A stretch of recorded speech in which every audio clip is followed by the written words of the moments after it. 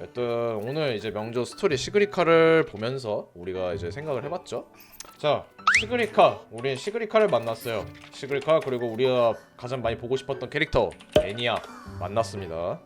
가장 중요했던 게 뭐였습니까? 우리 스토리의 시작은 스타투치 아카데미에서 어두운 면을 보는 거다. 그걸 말 그대로 해결을 해달라라는 거였죠. 네, 어떻게 보면 학생들의 심리 상태를 보는 것이다. 그거를 보는 것이죠. 그거를 이제 그 심리 상태를 이용해서 잔성애가 그것을 이용했다. 이것이 아마 이제 잔성애의 어떻게 보면 하나의 목적이지 않을까라고 저는 생각을 해요. 어쨌든 그런 느낌이었으니까. 먼저 시그리카부터 먼저 얘기를 해보죠. 시그리카, 어쨌든 어린 나이에 성인식 치렀고 거의 미래의 헬리오디6라고 말이 나왔죠. 이게 가장 어쩌면 시그리카가 이 말을 들었을 때 항상 표정이 그렇게 좋지 않았어요. 이게 가장 큰 이유죠. 어찌 보면은 시그리카가 가장 부담되게 생각하는 것.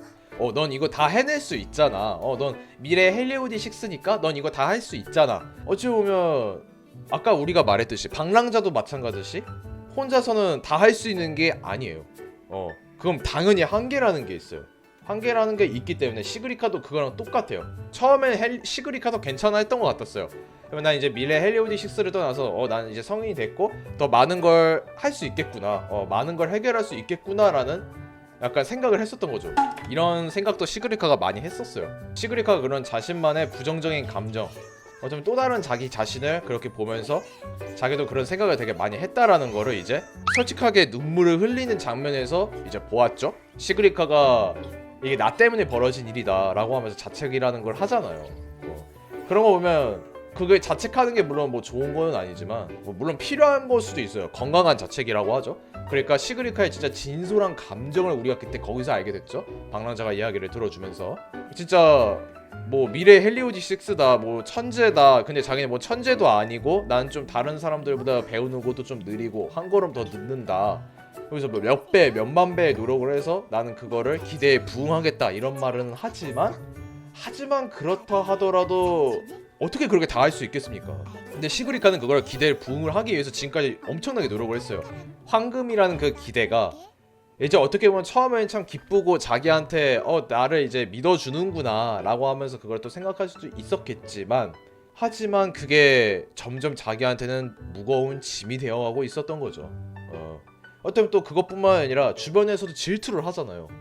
넌 미래 헬리오디6니까 다 잘하겠지. 막 이런 얘기를 좀 많이 꺼냈죠.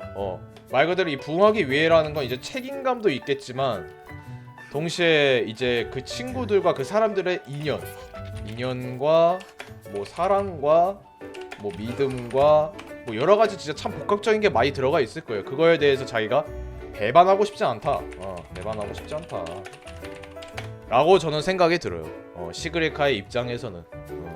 그러면서 이제 스토리가 점점 깊어지면 깊어질수록 이제 그 히사토치의 어두운 면이 시작이 됐던 건 시그리카가 어쨌든 물론 잔성이가 물론 당연히 그거를 건드린 건 맞지만 시그리카가 그거를 재료가 된 거죠.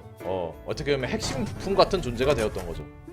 그렇게 되면서 이제 서사가 시작이 됐는데 그래도 우리가 여기서 가장 좋았던 거는 이 모든 어려움을 뚫고 우리 시그리카는 자기 자신을 인정했어요. 기대에 부응을 할 거다. 부응도 하고 동시에 조금 이기적으로 변한다고 할게요. 왜냐면 이제 시그리카가 이기적으로 살짝 변했다. 시그리카가 좋아하는 게 있었잖아요, 여러분. 우리가 방랑자고 함께 활동을 했을 때 새 사진 찍는 거, 그런 거죠. 또 옥상에도 가는 그게 있었죠, 여러분. 그걸 보면은 이제 시그리카가 이제 자기 자신을 위해서라도 휴식을 주고 싶다라고 얘기가 나왔었어요. 그 대사가. 그 대사를 보면은 이제 시그리카가 이제 좀 자기 자신을 위해서 좀 관대해졌구나. 이제 더 이상 남이 아니라 누구보다 자기 자신을 좀 이제 챙겨야 하는 법을 이제 자기 자신이 알게 되는 거죠. 시그리카 얘기는 여기까지입니다. 하지만 이제 우리가 여기서 또 한 가지 더 얘기를 할 거면은 데니아가 있죠. 이제 데니아가 나왔습니다. 사실 뭔가 이번 시그리카 스토리에서 데니아가 뭐 엄청나게 큰 비중, 그러니까 생각보다 시그리카 스토리에 데니아가 많이 비중을 차지를 좀 했어요. 왜냐면은 일단 시그리카가 데니아랑 친구라는 관점에서도 마찬가지고요. 근데 우리가 여기서 결론 먼저 말씀드립니다. 데니아는 일단 잔성의 멤버이다. 진짜 사실은 제가 전부터도 얘기했지만 데니아가 잔성의 멤버일 것 같은 느낌이 뭔가 사라지지 않는다라고 얘기했어요. 잔성의 멤버이면서도 동시에 시그리카를 생각하는 마음도 조금은 있는 것 같아요. 친구로서 지금까지 지냈던 인연 때문에 저는 일단 그런 생각까지는 하고 있습니다. 물론 아닐 수 있어요.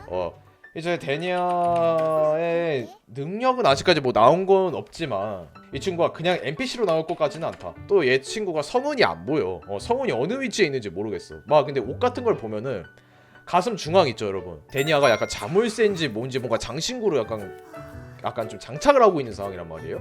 만약에 거기 있다고 한다면 걔가 숨겨놓은 걸 수도 있어요. 왜냐면 우리가 루크를 생각해보면 성은 자기 모양이 안 보여요. 궁을 썼을 때 장갑을 벗었을 때 거기서 보입니다.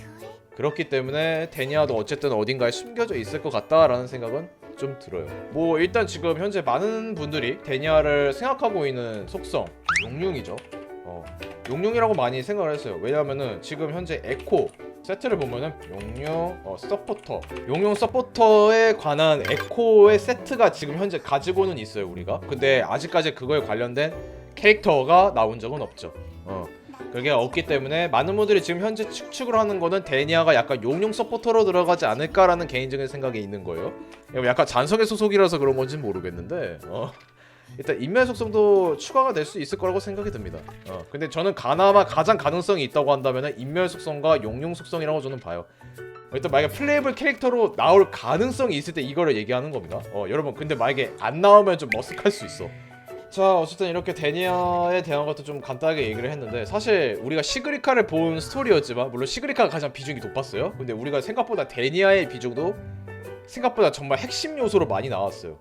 만약에 이제 시그리카를 걱정하는 마음이나 그런 게 있다고 한다면 아곤으로도 돌릴 가능성도 있을 거예요. 하지만 근데 이게 아곤으로 돌릴 가능성이 있을지 없을지는 솔직히 잘 모르겠어요. 그거는 진짜 나와봐야 아는 거니까. 여러분 데니아 옷을 보시면은 검은 인형? 검은 인형이 있어요. 근데 이게 동물인지 뭔지 잘 기억이 안 나는데 아마 제 기억은 그 동물이 기가 달려 있었던 걸로 기억을 하거든요. 그 검은 인형이 방랑자를 좀 뜻하는 느낌이 전 보인다고 생각을 해요. 그러니까 어찌 보면 데니아가 잔성해 쪽에 현재 붙어 있다고는 보지만 얘가 방랑자하고 뭔가 인연이 있는 건지, 약간 그냥 플로로를 생각하면은 플로로도 방랑자하고 깊은 서사가 있었잖아요. 이 검은 인형이라는 게 만약 방랑자 닮은 고양이 인형이라고 생각을 한다면은 아마 얘도 방랑자하고 깊은 인연이 좀 있지 않을까라는 생각도 좀 들어요. 일단 여기까지 이야기를 좀 해봤습니다. 일단 뭐 시그리카도 이렇게 한층 성장하는 모습이 굉장히 자랑스럽기도 하고 기특하고 예뻐요. 그리고 이제 앞으로 데니아는 잔성의 멤버로서 이제 맞이를 할 텐데, 속성도 뭐 어떻게 나올지는 모르겠지만 앞으로 데니아가 방랑자하고 어떤 서사가 또 펼쳐질지가 굉장히 궁금합니다. 여러분 봐주셔서 감사합니다. 여기까지 스토리 후기 및 데니아에 관련된 여러가지 이야기를 해보았습니다.